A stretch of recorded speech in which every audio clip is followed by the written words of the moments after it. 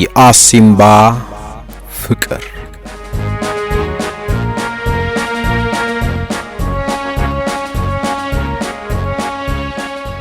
ጸሐፊ ካህሳይ አብርሃ ብስራት በኢትዮ ሜዳ የቀረበ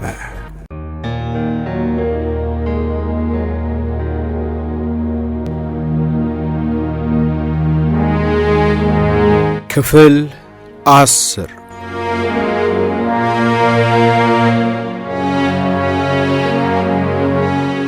ከአሲምባ ቃሊም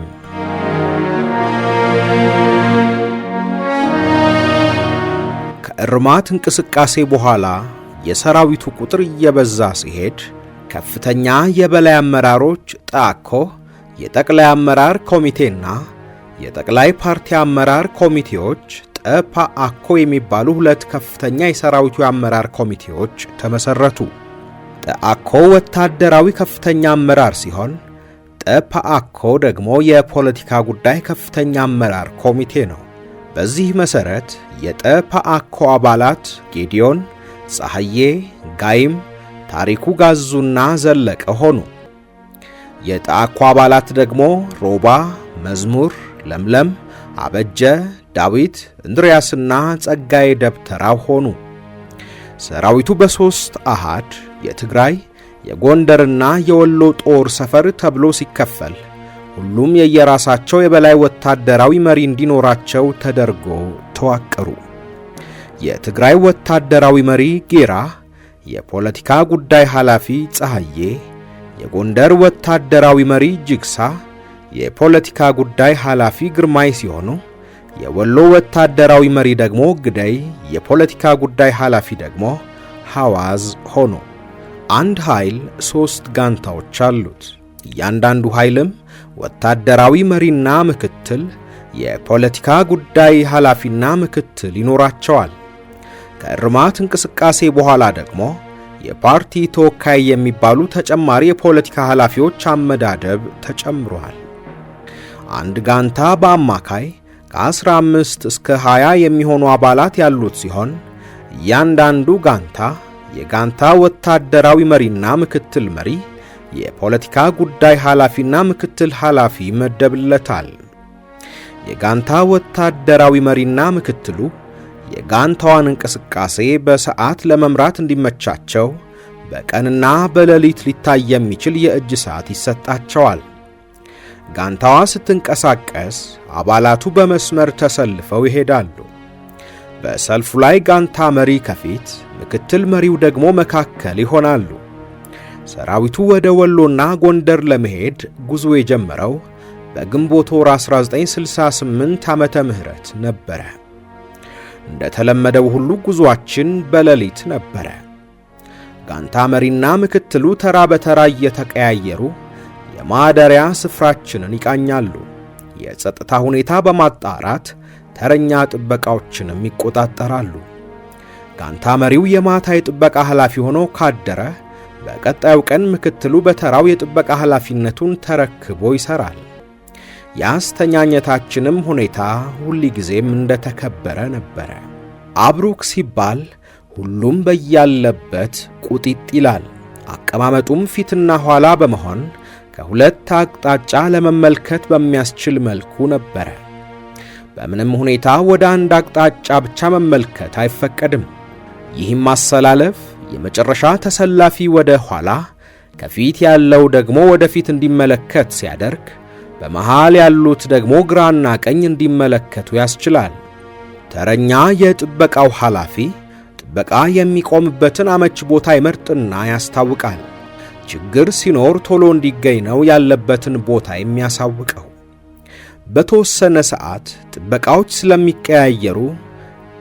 በተወሰነ ሰዓት ጥበቃዎች ስለሚቀያየሩ ቅይሩና ስራቸው በሚገባ እየተከናወነ እንደሆነ የሚቆጣጠረው የጥበቃ ኃላፊው ነው።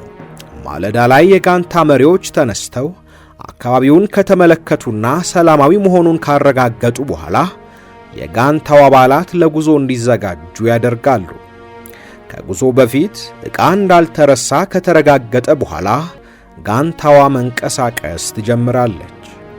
በሐዲስ ዛህላ የምትመራ አንዷ ጋንታ ትግራይ ቀርታ ከጀባሃዎች ጋር በመተባበር የአሲምባንና የአካባቢውን ቁልፍ ቦታዎች ለመከላከል ተመደበች። 5ቱ ጋንታዎች ጉዓ ቶሎ እንደደረስን ማታውን ራት በልተን ከራት በኋላ ወደ ሳእሲስ መጓዝ ጀመርን። እንደተለመደው ሁሉ እንቅስቃሴያችንን ላለማሳወቅ ሌሊቱን በሙሉ ያለ እረፍት በጨለማ ነበር የተጓዝነው። የሰራዊቱ አመራር አባላት አብዛኛዎቹ ማለትም ሐዋዝ፣ ግደይ፣ ጅግሳ፣ ግርማይና ጸጋይ ደብተራውም ጭምር ከኛ ጋር መጥተዋል። አሲምባ የቀሩት ሮባ፣ ፀሐዬና ጌራ ብቻ ነበሩ። 5ቱም ጋንታዎች በክልታ አውላሎ ዕዳጋ ሐሙስን ወደ ቀኝ ትተን በዕዳጋ ረቡዕ ወይም በሰንአፌ አድርገን ወደ አጉዓላ አመራን። ከክልታ አውላሎ አንድ ገብረ ሚካኤል የሚባል አካባቢውን የሚያውቅ ነዋሪ በአባልነት ተመልምሎ ለመንገድ መሪነት ይዘነው ሄድን።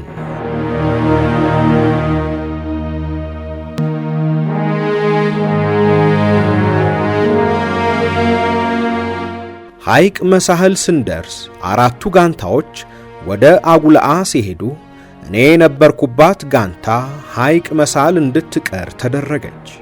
የቀረነው አንድ ሕዝቡን ያስቸገረ ሽፍታ መኖሩን በመስማታችን እሱን ለመያዝ ነበረ። ሽፍታውን በቁጥጥር ሥር አድርገን ለ3 ቀናት የፖለቲካ ትምህርት እንዲሰጠው ተደረገና ትጥቁን አስፈትተን ለቀቅነው። 4ቱ ጋንታዎች ያሉበት ቦታ ስንደርስ የአጉላን ከተማ ተቆጣጥረውና የሄዱበትን ተልእኮ አሳክተው ጠበቁን። አጉላ ያለን አንድ አጋጣሚ ተፈጠረ። የጸጋዬ ደብተራው ሽጉጥ ጠፍቶ በከተማው ሁሉ ተፈልጎ ሳይገኝ ቀረ። ምንም ማድረግ ስላልተቻለ መንገዳችንን ቀጠልንና ደስዓ እንደርታ ማለት ነው ደረስን። ጸጋዬ ደብተራው ሽጉጥ ጥሎ ለምን አይቀጣም የሚል ሹክሹክታ ይሰማ ጀመረ። በሰራዊቱ ደንብ መሰረት አንድ አባል ማንኛውንም አይነት ንብረት ከጣለ ይቀጣ ነበረ።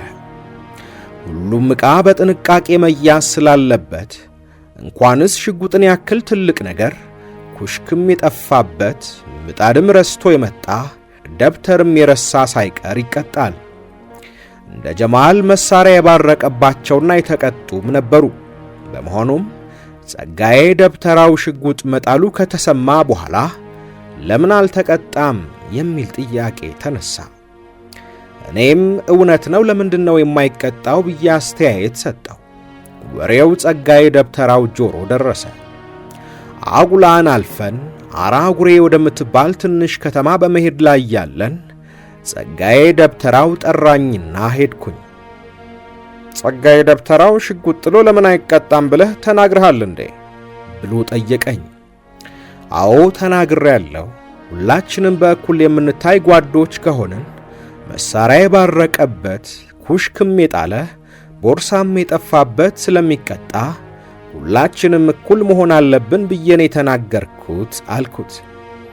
አባባሉ ትክክል ነው፣ አንዳንድ ጊዜ ግን ሐቅ መናገር ያስወነጅላል አለኝ። ከዚያ በኋላ የተናገራት አባባሉ ሁሌም አትረሳኝም። አማኑኤል ስታስበው ግን ማን ነው ቀጭው? ማን ነው ተቀጭው? አለኝ። ከዚያ ደግሞ በእኔ በኩል ችግር የለም፣ ነገር ግን ሁል ጊዜ ሐቅ መናገር አያዋጣም። አንዳንድ ጊዜ አይቶም እንዳላየ ማለፍ መቻል አለብህ። ይህችን ምክር እንዳትረሳሽ አለኝ። እሺ አልኩትና ልሄድ ስል ተያየንና ተሳሳቅን። ከዚያም አቀፈኝና ይቅርታ ተባብለን ተሳስመን መንገዳችንን ቀጠልን። ጸጋዬ ደብተራው መልኩ ቀይ፣ ቁመቱ ረዘም ያለና ቀጭን ነው። ጸጉሩ ሉጫ ሲሆን በላዩ ላይ ኮፍያ ያደርግበታል። ፊልድ ጃኬት፣ ኮትና ሱሪው በላዩ ላይ ብዙ ጊዜ እንደቆዩ ያስታውቃሉ። ጺሙ እንደ መነኩሴ ጺም ያደገ ነበረ። ብቻውን ሲቆዝም ጺሙን እያፍተለተለ መጫወት ይወዳል። አይኖቹ ትናንሽ ናቸው። ማንገቻ ያለው የአይን መነጽር ያደርጋል። ሲናገር ረጋና ዝግ ብሎ ሲሆን በንግግሩ መካከል ቀልዶችና ተረቶች መጨመር ይወዳል። ቀልዶቹና ተረቶቹ ሁሉ ግን ከትግል ጓዶችና ከቁም ነገር ጋር የተያያዙ ናቸው።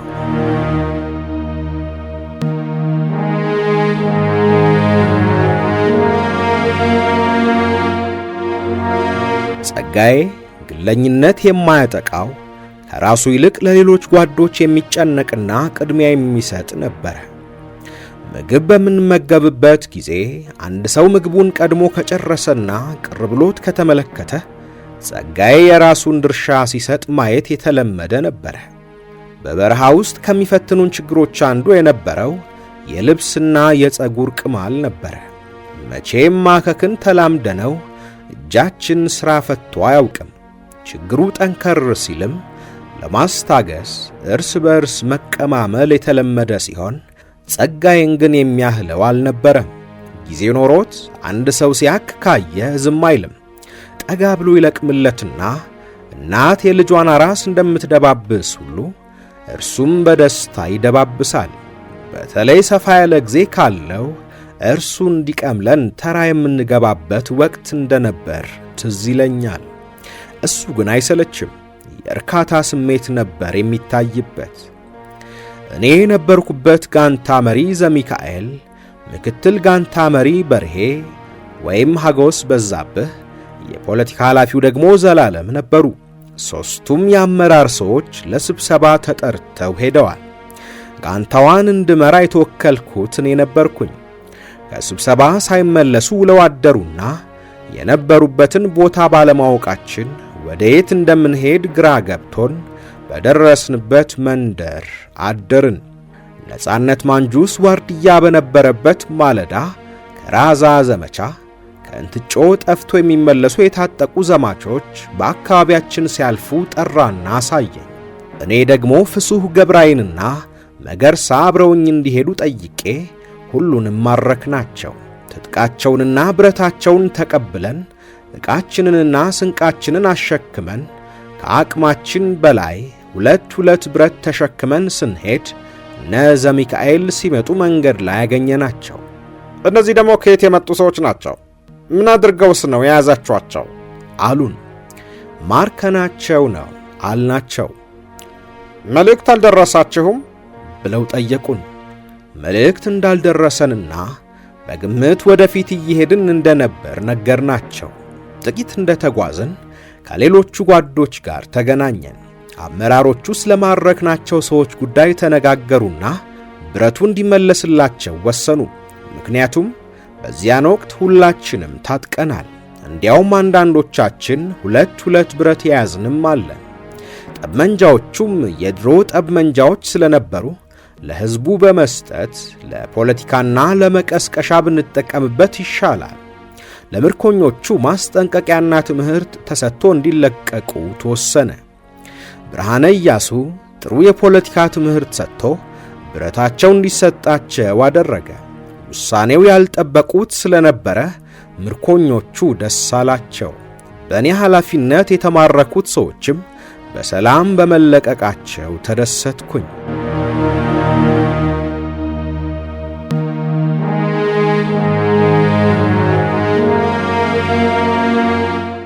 መቀሌን ወደ ቀኝ ትተን በቆላማው መሬት ገደሉን ይዘን መሄድ ጀመርን።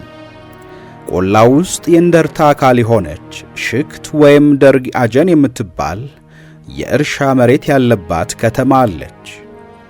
እንደደረስን ቀን ላይ 3 ጋንታዎች የተሳካ ወታደራዊ ተልእኮ አካሂደው አንድም ጓድ ሳይቆስልባቸው ተመልሰው ተገናኘን። ይሄ ከሆነ ከአንድ ቀን በኋላ 5ቱ ጋንታዎች በ3 ተከፈሉና ስምሪት ተደረገ። የ3ቱ ጋንታዎች ስምሪትም ዋጅራት፣ ሳምሬና ህንጣሎ መቀሌ አጠገብ ያለች ትንሽ ከተማ ነች ነበረ። በእነዚህ 3 ወረዳዎች በአንድ ቀን ወታደራዊ ተልእኮ እንድናካሂድ ነበር የታቀደው። ቀደም ሲል ሳምንት ባልሞላ ጊዜ 2 ወረዳዎችን አጉላአንና ሽከትን ተቆጣጥረናል። እኔ የነበርኩበት ዋጅራት ወረዳ ደቡብ ወደምትባል ከተማ በሚሄደው ቡድን ውስጥ ነበረ። ቀኑን ሙሉ ተጉዘን ዋጅራትን አለፍንና አዲ ቀይህ የምትባል ትንሽ መንደር ደረስን። መንደሯ ትምህርት ቤትና የቀይ መስቀል ሐኪሞች የሚሰሩበት ክሊኒክ አላት። ከአዲቀይህ በታች ራያና አዘቦ ነው። ከራያና አዘቦ አጠገብ መሆን የምትባል ቦታ ደረስን። ደቡብ ዋጅራትን አልፈን ራታችንን በልተን እንደገና ተበገስ ተባለ። ተበገስ ማለት ተንቀሳቀሱ ማለት ነው። ቀኑን ሙሉ ስንሄድ ውለን ሌሊቱን እንደገና ወደ ኋላ ተመለስንና ሊነጋጋ ሲል ዋጅራት አቅራቢያ ደረስን። መጀመሪያ ዋጅራትን አልፈን እንድንሄድ የተደረገበት ምክንያት የመንግስትን ኃይሎች ለማዘናጋትና እንዲዝናኑ ለማድረግ ነበር። ዳዊት ወዲቀሺ ማለትም ብርሃነ በርሄ 3 ጓዶችን ይዞ ወደ ከተማ እንዲሄድና ፖሊስ ጣቢያው፣ የወረዳ ጽሕፈት ቤትና ሌሎቹ ቁልፍ ድርጅቶች የሚገኙበትን ቦታ እንዲያጣራ ተላከ። የቀረው ሰራዊት እንደገና ተበገስ ተባለና ከ2 ሰዓት ጉዞ በኋላ አንድ ኮረብታ ላይ ወጥተን ሰፈርን። ከኮረብታዋ በስተቀኝ በኩል ቤተክርስቲያን አለ። ወደ ቤተክርስቲያን የሚሄዱ አንዳንድ ሰዎች ይታዩናል። ለቅኝት የተላኩት ጓዶች የሚፈለገውን መረጃ ይዘው ተመለሱ። የቡድኑ ወታደራዊ መሪ ጅግሳ መረጃውን በመጠቀም ዕቅድ አውጥቶ ስምሪታችንንና ተልእኳችንን አስረዳን። በዕቅዱ መሠረት ሁሉም ነገር በጥሩ ሁኔታ ተፈጸመ። ፖሊስ ጣቢያውን በቁጥጥር ስር አውለን የፖሊሶቹን ትጥቅ አስፈትተን መሳሪያዎቻቸውን ወረስን። በተጨማሪም ዘመቻ ጣቢያውን ተቆጣጥረን ስንፈትሽ ለዘማቾች የተዘጋጁ ልብሶች አገኘንና ወሰድን። ከኦፕሬሽኑ በኋላ ወደ ምዕራብ አፈግፍገን ወደ አንድ መንደር ገባን። አንዱ ጓድ ሲጋራ ለመለኮስ በአካባቢው ከሚገኝ ገበሬ ቤት ሲገባ በገበሬው ገጽታ ላይ የመረበሽ መልክ አየንበትና ግራ ተጋባን። ወደ ውስጥ የገባው ጓድ ሲጋራውን ለኩሶ ሲመለስ አንዲት የአረብ ክልስ የምትመስል በጣም ቆንጆ ቀይ ልጅ እንዳየ ነገረን። ከአካባቢው ሴቶች የተለየ ውበት፣ ቅላትና ቁንጅና ስለነበራት ማንነቷን ለማወቅ ፈለግን። ስናጠያይቅም ልጅቷ የገበሬው ሚስት መሆኗን፣ ከዚህ በፊት በአካባቢው የነበሩ ዘማች ተማሪዎች ልክ እንደኛው በውበቷ ተገርመው ፎቶ ለማንሳት ቢጠይቁት እምቢ እንዳላቸው ሰማን። የመረበሽ መልክ የታየበት ምክንያትም ሚስቱን የምንነጥቀው መስሎት በመፍራቱ እንደሆነ ነገሩን። ዋጅራት ተልእኳችንን ካጠናቀቅን በኋላ ብዙ አልቆየንም። ወዲያውኑ ነበረ ከተማዋን ለቀን የወጣ ነው።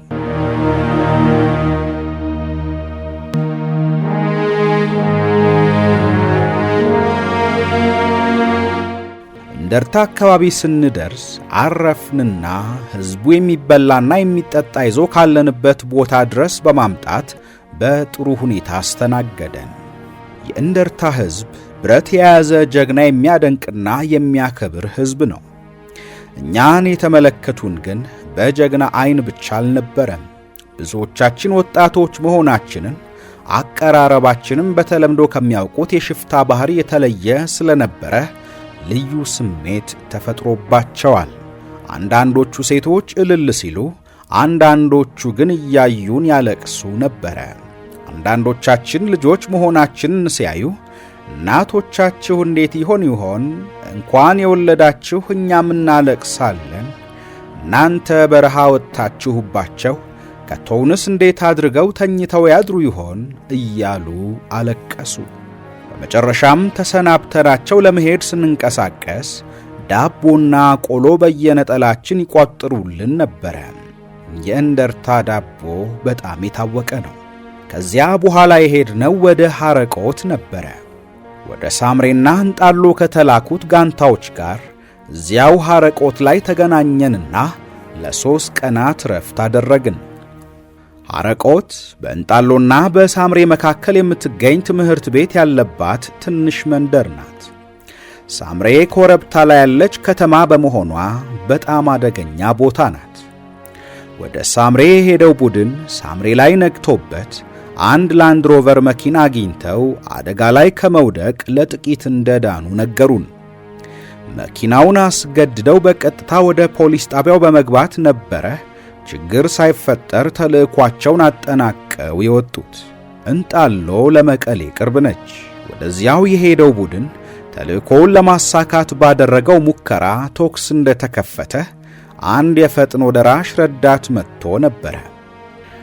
ፈጥኖ ደራሹ ከመድረሱ አስቀድሞ ግን ቡድኑ ተልእኮውን ጨርሶ እየወጣ ነበር። ከቡድኑ አባላት ቢንያም ብቻ በጥይት ቆሰለባቸው። ቢንያም ሕክምና ማግኘት ነበረበት። ሐኪም ተክለ ብርሃን በቅሎ ገዝቶ ወደ አሲምባ ይዞት እንዲሄድ ተወሰነና ቁስለኛውንና ሐኪሙን እዚያው ትተናቸው መንገዳችንን ቀጠልን። የፓርቲው ሰዎችና የሰራዊቱ አመራሮች የድርጅት ሥራ ነበራቸው። እነ ዶክተር ተስፋዬ ደበሳይ እዚያ አካባቢ ነበሩ። ዶክተር ተስፋዬ ለአንዳንድ ጉዳዮች ወይም ለስብሰባ ካልሆነ በስተቀር ጋንታዎቹ ወዳሉበት አካባቢ አይጠጋም። ውሎና ዳሩ ገለል ያለ ቦታ ሲሆን ከተወሰኑ ጓዶችና ከአመራሮች ጋር ይገናኝ ነበረ። ከእረፍታችን በኋላ ከሐረቆት ተነስተን አምባላጌን ወደ ግራ ትተን ወደ ማይጨው አቅጣጫ ተንቀሳቀስን። ማይጨው የመድፈኛ ጦር ሰፈር አለ። ስለዚህ የ2 ሰዓት ርቀት ላይ ሆነን ሐረቆት ሕዝቡን ሰብስቦ የቅስቀሳ ንግግር እያደረገ ነበረ። ሁልጊዜም ምግብ የምንመገበው በፈረቃ ነው። አንዱ ቡድን ሲመገብ ሌላው በሥራ ላይ ይሰማራል። እነ ሐረቆት በቅስቀሳ ላይ ያሉ፣ እኛ ምግብ እየበላን ነበረ። በምግብ ላይ ያለን በድንገት የክላሽንኮቭ ጠመንጃ አውቶማቲክ ቶክስ ሰምተን የተሯሯጥን ሄድን። ሐረቆት ስለያዘው መሳሪያ መግለጫ ሲሰጥ በድንገት ባርቆበት ነበረ። የመድፈኛው ጦር ካምፕ የ7 ኪሎ ሜትር ያክል ርቀት ላይ ስለነበረ ወታደሮቹ ተኩሱን ሰምተው ሲተራመሱ ይታዩናል። ሐረቆትም ጓዶቼ፣ እኔ ጥፋት ነው፣ አሁን ምንም አትናገሩ፣ በኋላ አቀጣለሁ፣ አሁን ግን ከሕዝብ ጋር ነኝ አለ።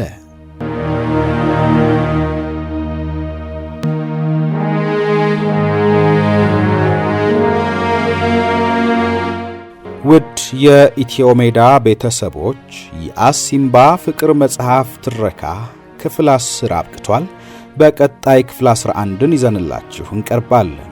ውድ ቤተሰቦቻችን ቻናላችንን ሰብስክራይብ፣ ላይክ፣ ሼር እንድታደርጉ ሐሳብና አስተያየቶቻችሁንም እንድታጋሩን በአክብሮት እንጠይቃለን።